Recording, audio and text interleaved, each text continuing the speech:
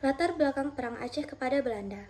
Latar belakang terjadinya Perang Aceh adalah karena keinginan Belanda untuk menguasai wilayah Aceh yang memiliki kekayaan sumber daya alam berupa lada, hasil tambang, dan hasil hutan. Namun, keinginan Belanda tersebut terhalang Traktat London dan semangat Sultan beserta rakyat mempertahankan kedaulatan. Perang Aceh merupakan salah satu perang terlama yang dihadapi oleh pemerintah kolonial Hindia Belanda dalam sejarah pendudukannya di Nusantara. Perang di bumi Serambi Mekah yang berlangsung dari tahun 1873 hingga 1910 ini terbagi dalam 4 fase. Dari fase ke fase yang berjalan cukup lama, muncul tokoh-tokoh perjuangan dari Tanah Rencong yang terlibat dalam upaya perlawanan terhadap penjajah Belanda. Begitu pula dari pihak Belanda, sejumlah nama bergantian dalam memimpin misi menaklukkan Aceh. Penyebab Perang Aceh. Perang Aceh terjadi karena ambisi Belanda yang ingin menguasai seluruh wilayah Nusantara pada abad ke-19 Masehi. Butuh waktu lama bagi bangsa asing itu untuk bisa menundukkan wilayah Aceh. Budi Harsono dalam Hukum Agraria Indonesia. Sejarah penyusunannya, isi dan pelaksanaannya 1975 menyebutkan bahwa ambisi Belanda itu didasari dengan adanya perubahan dunia perekonomian setelah disahkannya Undang-Undang Agraria. Selain faktor ekonomi, ada pula politis. Mengutip tulisan A. Anwar bertajuk Strategi Kolonial Belanda dalam Menaklukkan Kerajaan Aceh Darussalam dalam Jurnal Adabiyah volume 19 2017. Kerajaan Aceh dianggap penghambat utama perluasan kekuasaan Belanda di pesisir timur dan selatan Sumatera. Proses dan fase Perang Aceh.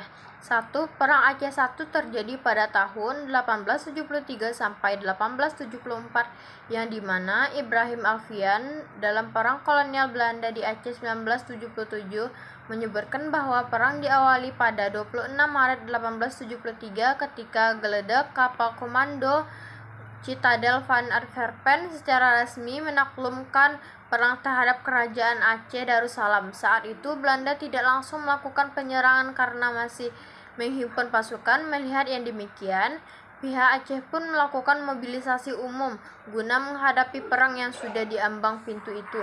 Akhirnya, pada 6 April 1873, pasukan Belanda yang dipimpin oleh Jenderal J.H.R. Kohler berlabuh di pantai Ciureteum, Aceh Barat. Seketika itu, pasukan Aceh yang dipimpin oleh Panglima Polim dan Sultan Muhammad Syekh dengan semangat fisabilillah langsung menggembur pasukan Belanda dengan meriam.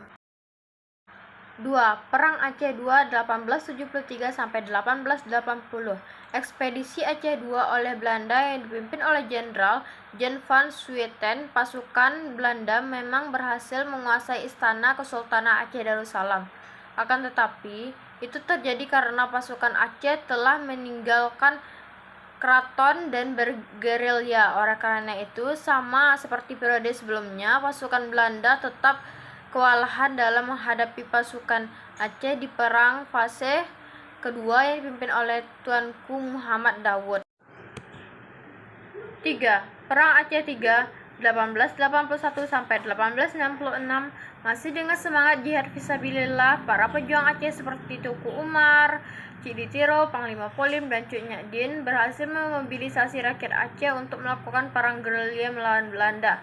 Alhasil Belanda semakin kewalahan dengan taktik dan semangat para perang dari rakyat Aceh. Pada 1891, Christian Schnorr-Grange yang merupakan ahli bahasa Arab dan Islam yang juga penasihat untuk urusan adat dari pemerintah kolonial datang ke Aceh.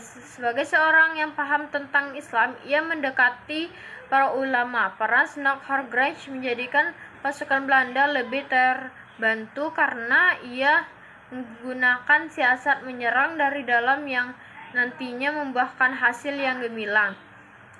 Bertepatan dengan kedatangan Schnorr-Grange, rakyat Aceh sedang merasakan duka yang mendalam karena kematian Tuku Ciditiro. Salah satu pimpinan Aceh lainnya, Tuku Umar, dikabarkan menyerah kepada Belanda. Namun itu hanyalah taktik semata untuk melemahkan kekuatan lawan. Untuk menaklukkan Aceh, Belanda memiliki dua cara demi bisa menghancurkan pertahanan rakyat di daerah tersebut.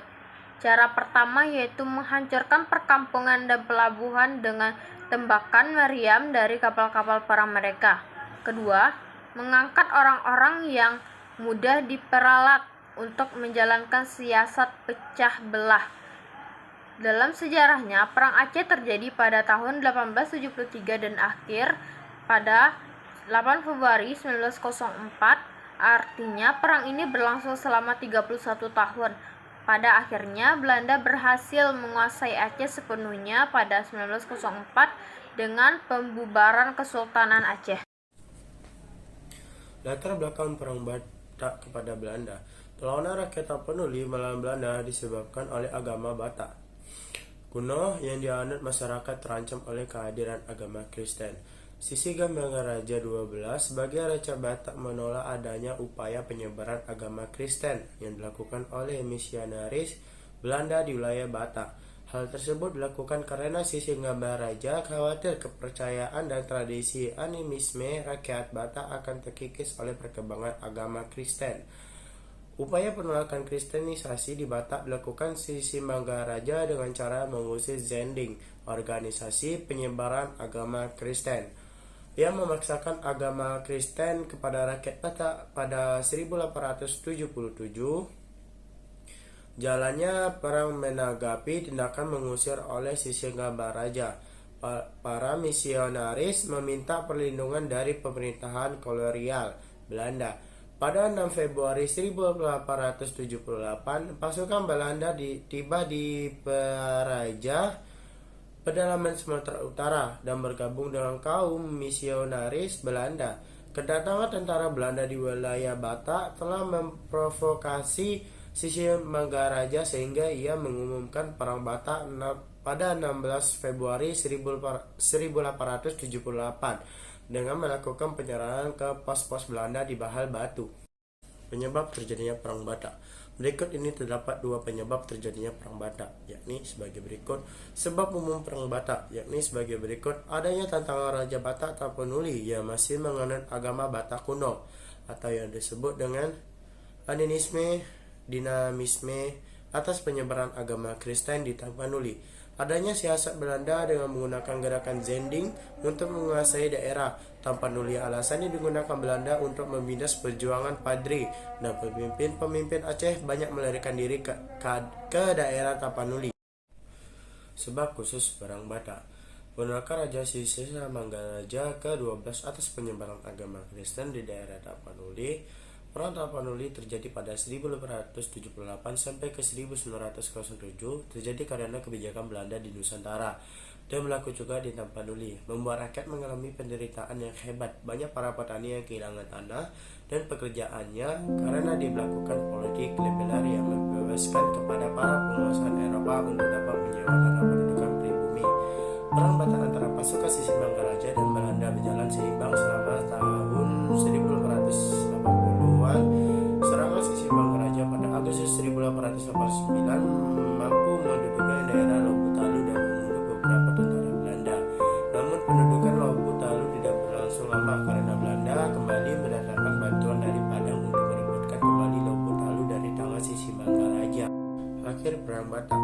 Lawanan Sisi Manggarai dalam Perang Batak mulai meredup semenjak wilayah Kota Aceh didudukan oleh Belanda pada September 1859. Pasca pendudukan hutan bawah, Belanda tersebut memburu Sisi Manggarai dan pasukannya hingga terjadi pertempuran di daerah Tambua, Tondano, melawan Belanda. Dalam pertempuran tersebut, pasukan Batak mengalami kekalahan dan melarikan diri menuju daerah Horiak. Belanda tersebut melacak arah pelarian Sisi Manggarai dan pasukan. Bahkan, pihak Belanda menggunakan orang-orang dari Senegal, Afrika untuk membantu pelacakan. Pada tahun 1907, Belanda mampu mengepung Sisi Manggarai 12 di daerah Dairi. Namun, ia tak mau menyerahkan diri. Sisi Manggarai